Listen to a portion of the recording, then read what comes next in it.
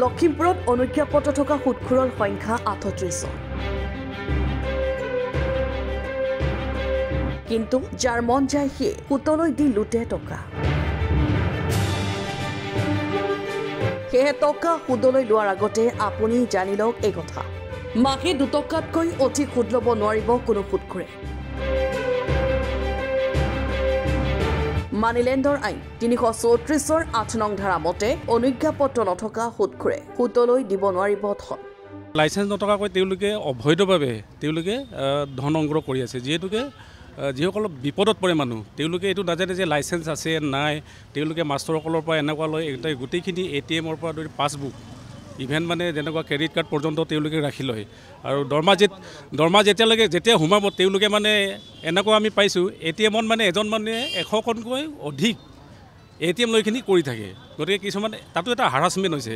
গতিকে মই সেইসকল ব্যক্তিক যিসকল মানুহে বৰ্তমান সুদখোৰৰ হাতত আছে তেওঁলোকৰ ATM বা অন্যান্য চেকপাত তেওঁলোকে অনতিপলমে প্ৰশাসনৰ ওচৰত জমা দি এইখিনি এটা এজাহাৰ লছ কৰি কিনি তেওঁলোকৰ বিৰুদ্ধে কেছ ৰেজিষ্টাৰ কৰিব লাগে। বন্ধকি দিয়া সকলৰ বাবে সুদৰ পৰিমাণ ১.৫ টকাতকৈও অধিক হ'ব নোৱাৰিব প্ৰতি মাহত। কিন্তু এতিয়া দেখা যায় সেই আইনৰ বিৰুদ্ধে গৈ সুদখোৰবিলাকে তেওঁলোকে মাহে ১০%, ১২%, কিছুমানে ২০% পৰ্যন্ত মানুহৰ পৰা সুদ লৈ আছে। গতিকে মানুহ সৰ্বশান্ত হৈছে। আৰু বন্ধকি নিদিয়া সকলৰ বাবে ২ টকাতকৈ ল'ব নোৱাৰিব অধিক সুদ। যিখন আমাৰ মানি লেণ্ডাৰিং এক্ট আছিলে এইখন 1934তে আছিলে। তাৰপিছতে এখন আকৌ সংশোধন হৈছে, আপোনাৰ 2023 চনত এখন সংশোধন হৈছে।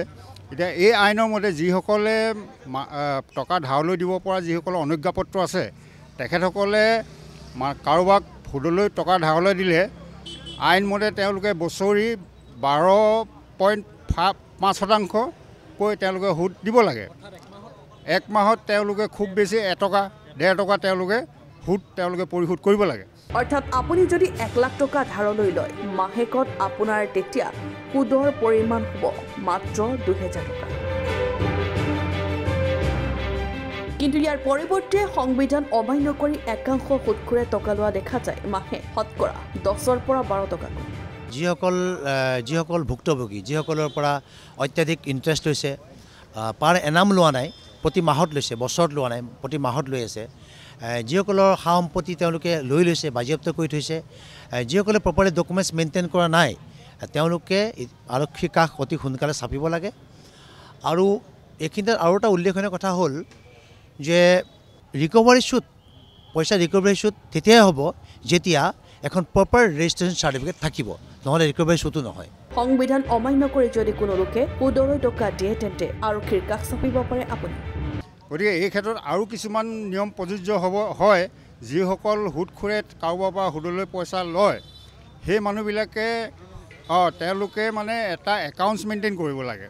তেওঁলোকে এই যিজনক টকা ধাৰলৈ দিয়ে সেই ধাৰলৈ দিয়া মানুহজনৰ পৰা তেওঁ কিমান সুদ ল'লে, কিমান শতাংশ সুদ পাবলৈ আছে সেই সম্পূৰ্ণ তেওঁ লিপিবদ্ধ কৰিব লাগে। আৰু সেইমতে এখন ফৰ্ম আছে, ফৰ্মখন তেওঁ মেইনটেইন কৰিব লাগে।